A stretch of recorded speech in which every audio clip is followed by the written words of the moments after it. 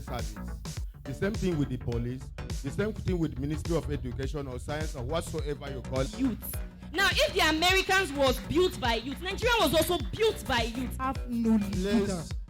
As together, let me shock you. As youth that we are, if only youth had someone that would speak and we have one mind. And that is why we do not come out to vote. When you vote in BP Nigeria, your vote counts. But when you vote in Nigeria's system, your vote is rigged. That is why we do not vote. Okay? Hello? And then you're also looking at the fact that if you had to change your car part, Country and the countries you see all over the world were built by people. People built those countries. America, the countries you see. Stuff like that. Yes, I Hello, speaker. Please, actually, it is 18 seconds you have their time. But I want to say with the audience, with the popular reaction from the audience, Yes. I want to use my Okay. to give you more 5 minutes.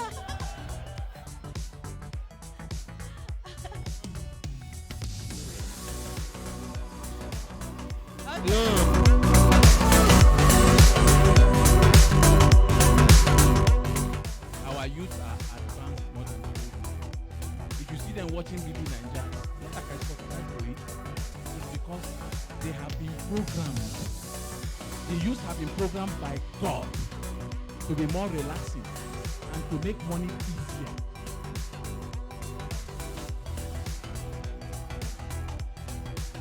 The youth are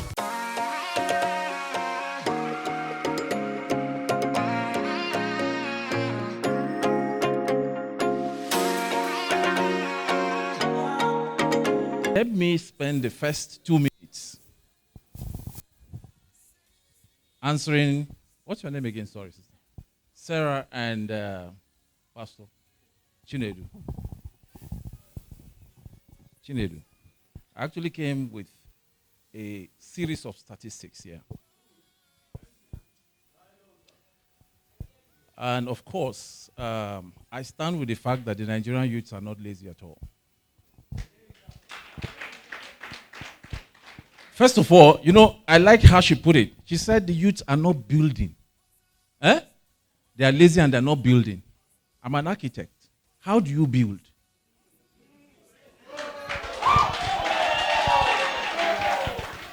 Wait. Now you build with a plan and a blueprint.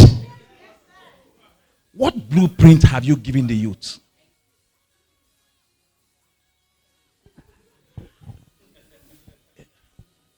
I have statistics to explain all this. What society, you know, it's like me waking up tomorrow and expecting so much of my children in my house when I've not done anything to educate them.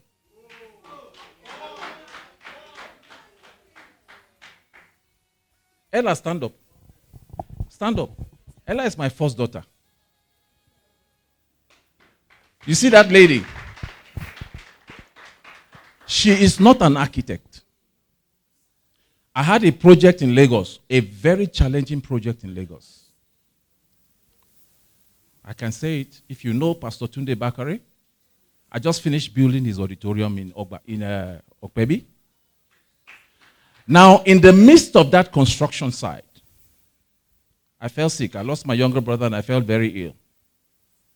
Now, this period tallied with when Ella was to go for her youth service. She's not an architect. But just by being with me and the training I've given this girl, she's 26.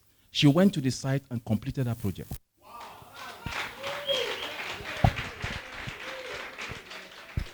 Where did this come from? It came from the value that I have put in my daughter. What value have they put in the youth?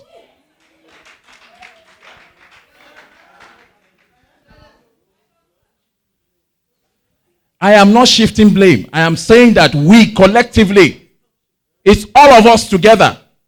Now, have you noticed that our set of leaders have been the same people ruling us since 1960? So we can actually rightfully say Nigeria is suffering a parental failure. Not the children's failure. Parental failure. And for the very few who are making it, is because their parents did something extraordinary. Or God, by providence, made sure that those ones are surviving. That's still providence. To know somebody is providence. You don't blame somebody. The Nigerian youth are like passengers in an aircraft. The pilots of those aircrafts have taken us to the bush. That's what it is. Tell us nonsense. They should park that aircraft. Let's get out of it and fly it ourselves or create our country for ourselves. Get out of office. 87-year-old persons that are illiterate, thrown to us by whatever they call it. You have semi-illiterate, accidental leaders all over the place. What have they created? What system do we have in Nigeria? What system? So the youth should take their money and go and do the roads. You try. Listen to me. Listen to me. If the youth can raise 20 billion to put in bet, they are some intelligent persons, my friend. How did they raise 20 billion? Did they pick it? Did they steal it? The youths are into fintech. For your information, Davido raised a need. In 4 hours, he had 100 million in his account. That is intelligence, my friend. You think that is laziness? Let me tell you something. Listen, the whole world is heading towards entertainment. Listen to me. In another 20 to 30 years from now, people will stop laboring in the farm. That's the trend on earth. So if you expect your youth to carry hoe and go and farm, you are deceiving yourself. The earth, listen to me. The earth is heading toward entertainment and relaxation. Man is becoming like God. In the presence of the Lord is what? And what? Pleasure for what? People are seeking pleasure. Go to the US. Everybody in the earth is handing off labor, hard labor. The world is going into tapping into intelligence that is soft copy intelligence. Machines, artificial intelligence, and we are talking about sending the youth to the farm. What are you talking about? I hope I have dispelled these guys. Now let me talk. I want to now talk.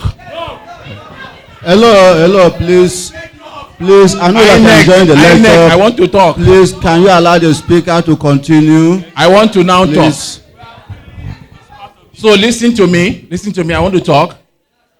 The global trend is that human beings are moving away from hard labor. Our youths are advanced more than the old men. If you see them watching BB Ninja, it's not like I subscribe to it. It's because they have been programmed. The youths have been programmed by God to be more relaxing and to make money easier.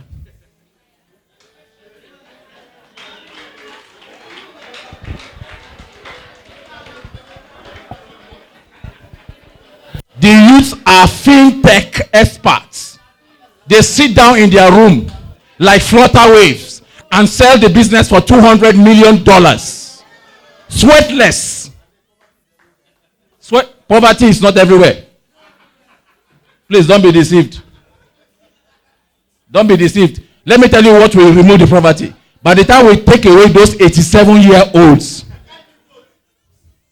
No, by the time we take away, just watch.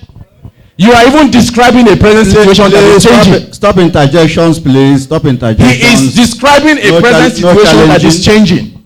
Look at what the youth did in NSAS. Wait and see what they will do in 2023. I'm predicting it. I'm not saying they should go violent, but they will wake up and they will remove the nonsense we call leadership. You can see me later. I will tell you what's going on. Okay, let me now talk, please. Nigeria, with a population of over 180 million, has an interesting demography of young people who are very energetic, very vibrant, and very full of prospects to make impact in the nation, if not denied, if not blocked from it. Currently, the Nigerian youth within an age range of 18 to 35 years account for over 65% of the population of Africa's largest economy. Africa has the highest entrepreneurship rate in the world by 22%. And as per the African Development Bank information, the sports minister, Dare, who spoke at a 3-day national youth conference in Abuja, believed the Nigerian youth have energies required to power the nation, saying that it is high time they understood the many processes and procedures that lead to political choice and decision. I just mentioned that now. We are coming up. Look, I just turned 50, but I'm still 25. Because 25 years of my life was stolen. Are you guys aware that the youths are actually not at 35? My sister we are youths. They stole half of our life. We no go grow, we are youths.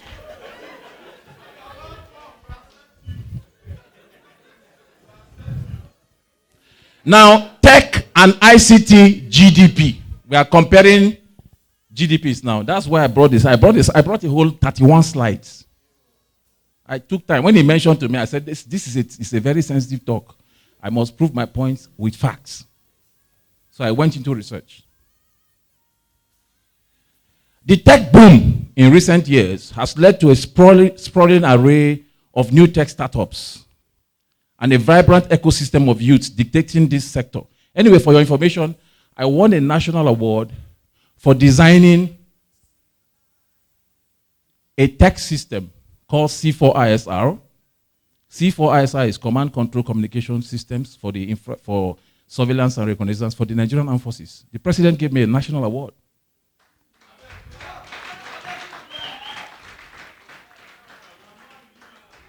That was when Mark Zuckerberg came to the country. You remember when he came? 2016? Yep. 30 young Nigerians from all over the world provided solution that today, I personally, with my hands, have supplied the armed forces with a system with which they are fighting insurgency.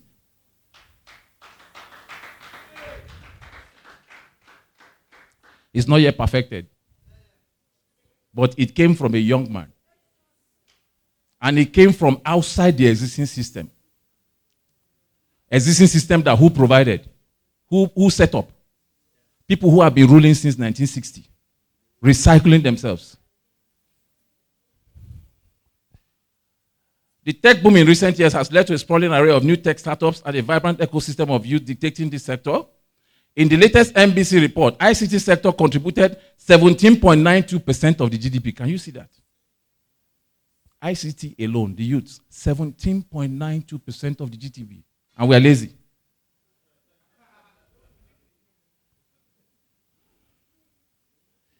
The figure is 20.54% higher than its contribution last year and in the preceding quarter, in which it accounted for 14.91%. This is unprecedented and, in fact, the highest contributor of ICT to the GDP. Despite the COVID pandemic in 2020, the sector contributed 15% of the country's gross domestic product. Can you hear that? The following is a concise list of a few tech startups and young entrepreneur champions making an impact in Nigeria and in the world. Number 1, AutoCheck. The founder of AutoCheck is Etop Ikpe, 36 years old. This startup in Nigeria makes it easier to buy and sell cars in Nigeria. This automotive technology startup recently raised $3.4 million, led by TLCom Capital and 4DX Ventures. $3.4 million during the COVID. Cowrywise is a fintech saving platform. Founders, Edward Popoala, Razak Ahmed, they are in their 30s. Their total funding is $170,000. Number 3, Flutter Waves. Founders, Inyolua Aboyeji, Olugbenga Agbola, in their 30s, Flutterwaves enables its client to build customized payment services through APIs. The company has facilitated over 8 billion in transfers since 2016. Total funding is 64.7 million. Flying Doctors, Hotels.ng, there are so many of them. Paystack, there are so many of them. Lifebank, Entertainment GDP. I can't stop mentioning them. And you know the interesting thing? If you pull the youths out of the system, the entire system will crumble. I hope you know we are the ones helping central bank to process their money. FIRS. It is our technology, so. Are you guys aware? And somebody say we are lazy. Let me tell you what is wrong with the Nigerian youth. The government, the ones that are surviving, have created what the government cannot see through. They're operating under the radar. So they can't stop them. Anyone they can see through, they stop. I'm not condemning government. I'm speaking the truth. Listen to me. Listen to me carefully. I personally wrote the manifesto of CPC when Buhari and Tunde Bakare were to run for presidency. So I can't fight what I build. Do you understand? I personally took a 19-sector solution to the federal government of Nigeria under Goodluck Jonathan. I sat with ministers. I was 34 or 35 or thereabout. Provided solution. You get it? I was a youth. I was a kid. So remove what is troubling the youths and see the strength of our nation.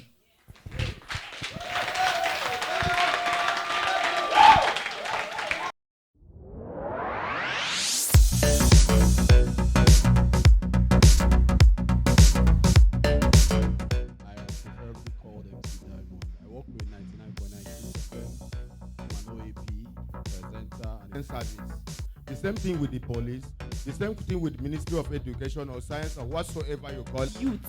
Now, if the Americans was built by youth, Nigeria was also built by youth. Have no leader. As together, let me shock you. As youth that we are, if only youth had someone that would speak and we have one mind. And that is why we do not come out to vote. When you vote in BP Naija, your vote counts. But when you vote in Nigeria's system, your vote is rigged. That is why we do not vote. Okay? Hello? And then you're also looking at the fact that if you had to change your car part, Country and the countries you see all over the world were built by people. People built those countries. America, the countries you see. Stuff like that. Yes, I Hello, speaker. Please, actually, it is 18 seconds. You have their time, but I want to say with the audience, with the popular reaction from the audience, Yes. I want to use my Okay. to give you more 5 minutes.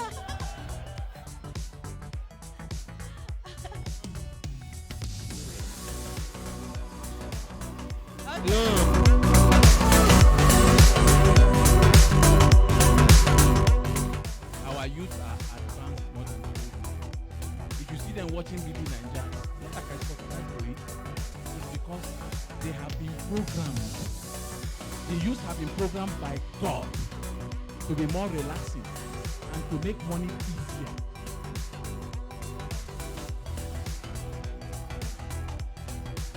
The youth are